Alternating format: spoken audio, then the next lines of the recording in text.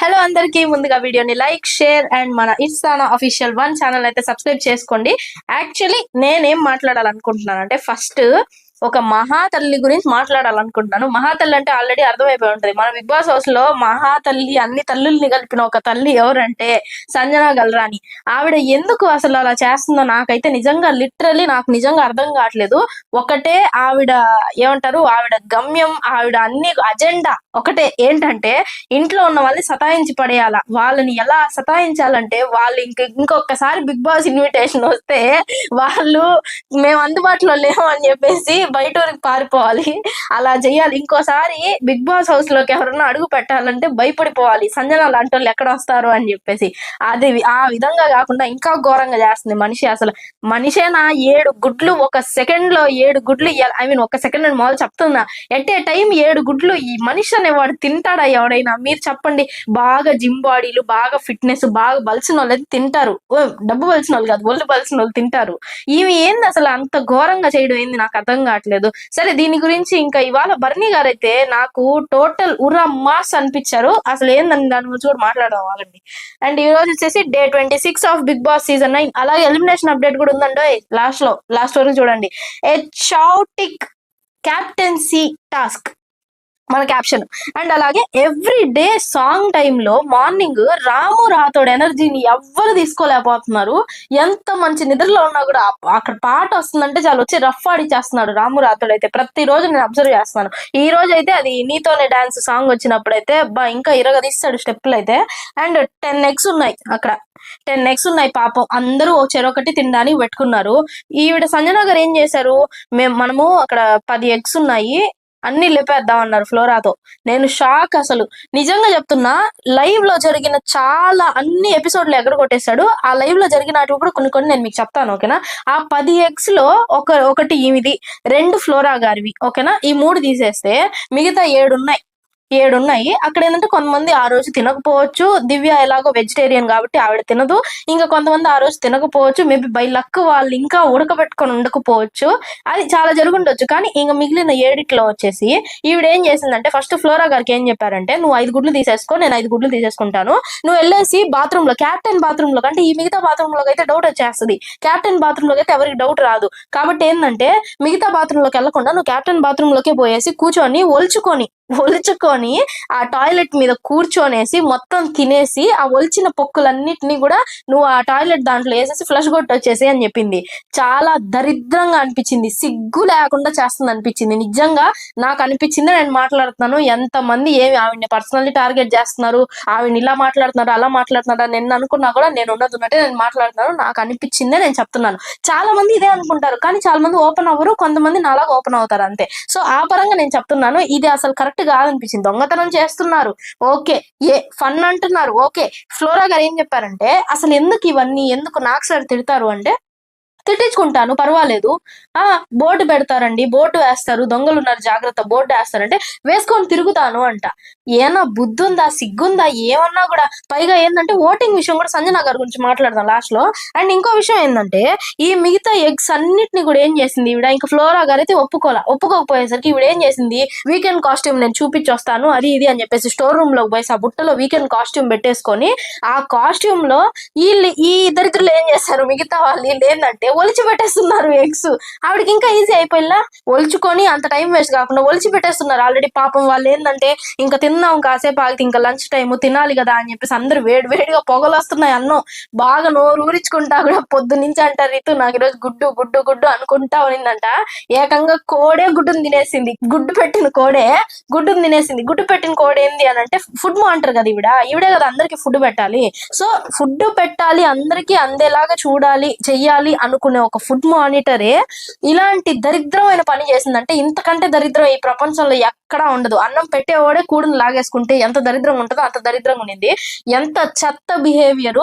పైగా ఏంటంటే మాస్క్ మీద అన్ని అబ్జర్వ్ చేస్తున్నాడు కూర్చొని. ఈవిడ స్టోర్ రూమ్ లోకి వెళ్ళింది, అంతసేపు రాలేదు, బాగా మెక్కేసింది, మొత్తం పోట్ల అయినా సరే వీళ్ళని సతాయించాలి. ఏందనంటే ఎందుకు ఇలా చేస్తున్నారనంటే, చూడు హౌస్ మొత్తం ఎంత కామ్ గా ఉందో, బోరింగ్ గా ఉందో, మనం ఏమన్నా ఫన్ చేయాలి కదా. అంటే ఫన్ చేయాలంటే ఏమన్నా స్కిట్లు చేయొచ్చు కదా, ఇమాన్యుల్ ఉన్నాడు కదా, ఏమన్నా ప్లే చేయొచ్చు కదా, ఏదో ఒక అంత్యాక్షరియో అది అష్టాచమ్మని ఏదో ఒక ఆటలు ఆడొచ్చు కదా, ఎంటర్టైన్ చేయొచ్చు కదా, ఏదో ఒకటి. లేదంటే వీళ్ళు లేస్తే మళ్ళీ ఏంటంటే ట్రూత్ ఆర్ డేర్, వీళ్ళకి ఏంటంటే అది ఒక సమ్మగా ఉంది. ట్రూత్ ఆర్ డేర్ ఆడుతుంటే ఎవరు మనుషులు ఎవరున్నారు, ఎవరిని లవ్ చేశారు, ఎవరితో క్రష్ ఉంది, ఎవరెవరితో ఏమేం చేశారని చెప్పి తెలుసుకోవాలని ఒక కుతూహలతో ప్రతిసారి ట్రూత్ ఆర్ డేరు.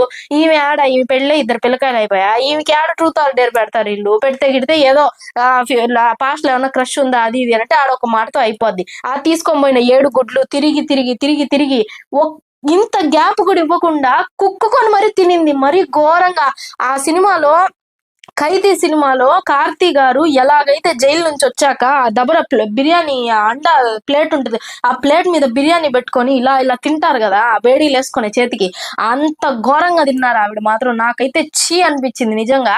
ఎక్కడో కొద్దిగా అటు ఇటు వేశారు దేంట్లో ఈ ఎపిసోడ్ లో టోటల్ గా ఇలా, కానీ మొత్తానికి 7 గుడ్లు మింగేసింది. నాకైతే చాలా చాలా ఘోరంగా అనిపించింది. అండ్ అలాగే ఇంకా మనోళ్ళు వచ్చారు అన్నం పెట్టేసుకోవడానికి. మనోళ్ళు వచ్చేసి హ్యాపీగా వాళ్ళు వేడి వేడిగా అన్నం పెట్టుకుంటాం. భరణి గారు గుడ్లు ఎక్కడ, ఎగ్స్ ఎక్కడ, ఎక్కడున్న ఎగ్స్ అన్ని సంజన గారు జాగ్రత్తగా పొట్టలో దాచుకున్నారు, దొంగలు ఎత్తుకొని పోతారని జాగ్రత్తగా పొట్టలో దాచుకున్నారు.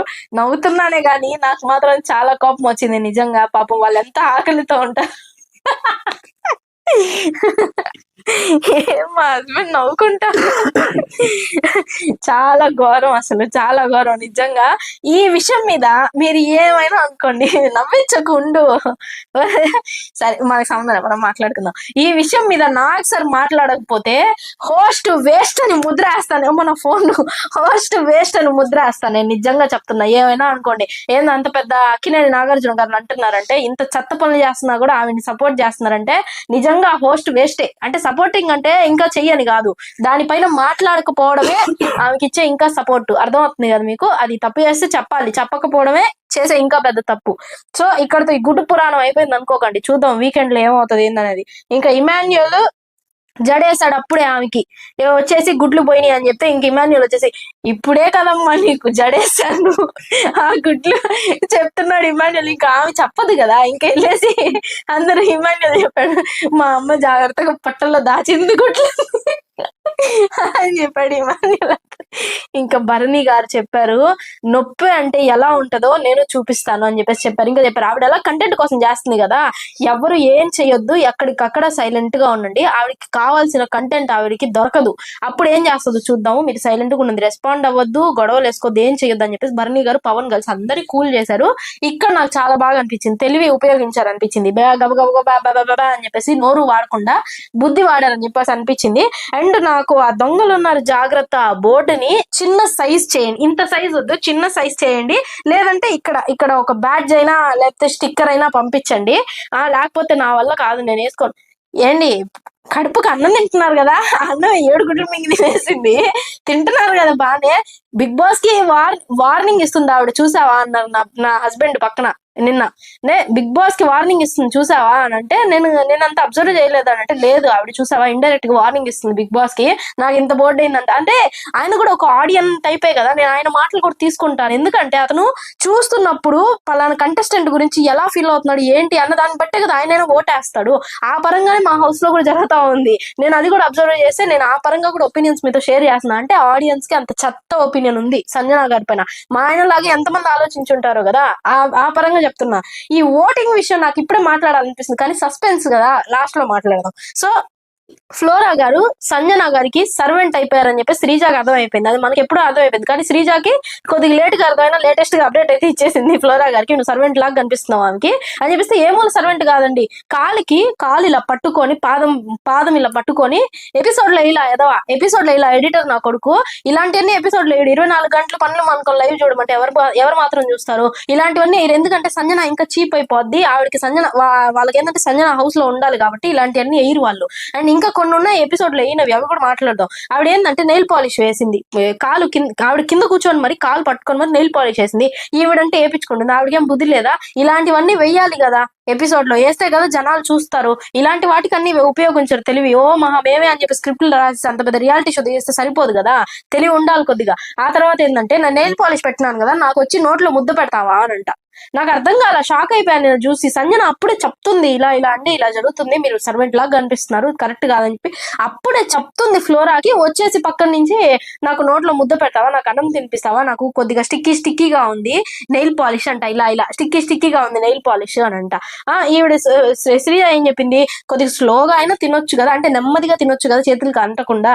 నా వర్షన్ ఏంటంటే స్పూన్లు అనే కొన్ని ఏడ్చాయి కదా, లేదంటే ఆరాక తిను, లేదంటే రిమూవ్ చేసుకొని తినేసి మళ్ళీ పూసుకో కావాలంటే. ఇన్ని ఆప్షన్స్ ఉన్నాయి కదా, ఆవిడ ఎందుకు సర్వెంట్ గా చేసుకోవడం? పైగా ఇంకా పెద్ద తెలివి లేని పని ఏంటంటే ఫ్లోరా గారు, ఎలాగో ఈవిడ కంటెంట్ ఉంది కదా, ఈవిడ వెనక తిరిగితే మనం కూడా హైప్ అయిపోతాం, ఎలాగో మనకు కనిపించట్లేదు అంటున్నారు కదా, ఇది ఒక స్కోప్ అని చెప్పేసి ఆమె వెనక తిరుగుతుంది అని చెప్పేసి నాకు అనిపిస్తుంది. సరే చూద్దాం ఇది కూడా ఎంతకాలం ఆడుతుందో జరుగుతుందో అని చెప్పేసి అనుకొని ఇంకా నేను కూడా ఆ పరంగానే మీతో షేర్ చేస్తున్నా. ఫ్లోరా గారు కూడా వరస్ట్ క్యాండిడేట్ అని నాకు అనిపిస్తుంది. అండ్ అలాగే క్యాప్టెన్సీ టాస్క్ వచ్చేసి రెయిన్ డాన్స్, ఇది ఒక యూనిక్ గా ఉంది కాన్సెప్ట్ క్యాప్టెన్సీకి ఇలాంటి టాస్క్ పెట్టడం.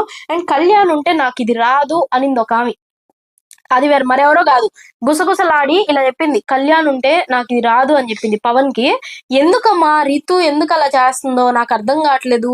చాలా మంది నిన్ననే ఒక షార్ట్ వీడియో పెట్టాను నేను, దానికి ఆల్మోస్ట్ మీరు ఒకసారి వెళ్ళి చెక్ చేయండి నా ప్రొఫైల్లో కావాలంటే ఛానల్లో, ఆల్మోస్ట్ అందరూ రితుని ఎలిమినేట్ చేయండి ప్లీజ్, రితు ఎందుకు ఎలిమినేట్ అవ్వట్లేదు అంటే, అంత చెత్త దరిద్రంగా ఉన్నా కూడా ఓకే వీళ్ళకి రితు నచ్చట్లేదు కాబట్టి మనం రితుని హౌస్ లో ఉంచాలి, ఎందుకనంటే రితు ఎప్పుడు పోద్ది, ఇంకా ఎన్ని చెత్త పనులు చేస్తుందని చెప్పేసి ఆడియన్స్ ఇంకా కుతూహలంగా చూస్తారు షో అని చెప్పేసి వాళ్ళు ఇంకా ఉంచుతున్నారు అని నా ఫీలింగ్. అంటే ఇక్కడ ఓట్లలో కూడా గ్యామ్లింగ్ జరుగుతుంది అక్కడ, మీరు చూసుకోండి. ఇంకా నాకైతే అదే అర్థమైంది. అండ్ డెమాన్తో అంటుంది అన్నమాట, నాకు సన్ అనింది, నాకు భలే కోపం వచ్చింది నిజంగా. పవన్ అయితే కళ్యాణ్ తీస్తాడు వచ్చి, నాకు అర్థం కాల.